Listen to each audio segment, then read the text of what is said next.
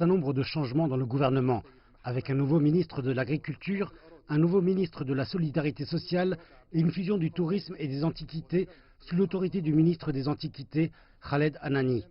Toutefois, quelques changements attirent davantage l'attention. Tout d'abord, avec le rétablissement d'un ministre d'État pour les médias et les communications. Le ministère des Communications avait été supprimé à la suite du soulèvement de 2013.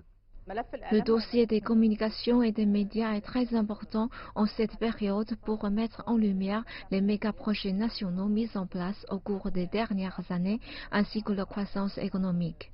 Les médias n'ont pas été capables de refléter ces réussites en Internet et vers la communauté internationale. Je pense qu'Oussama Iqal est le meilleur choix avec sa vaste expérience dans les médias et en tant que membre du Parlement. Une autre mesure est le transfert du ministère de l'Investissement au Premier ministre. Il détient à présent les deux portefeuilles. L'Égypte a besoin d'une vision pour les investissements locaux et étrangers. Il y avait des problèmes que rencontraient les investisseurs récemment et le fait que le Premier ministre dirige ce dossier personnellement est un signe positif que tous ces obstacles seront rapidement levés et les problèmes résolus prestement. C'est bon pour le climat des investissements. Nevin Gamea est aussi devenue la première femme à la tête du ministère du Commerce et de l'Industrie. Elle dirigera la nouvelle initiative du gouvernement pour ouvrir des milliers d'usines fermées. Avec le changement des ministres, je m'attends à voir un changement politique.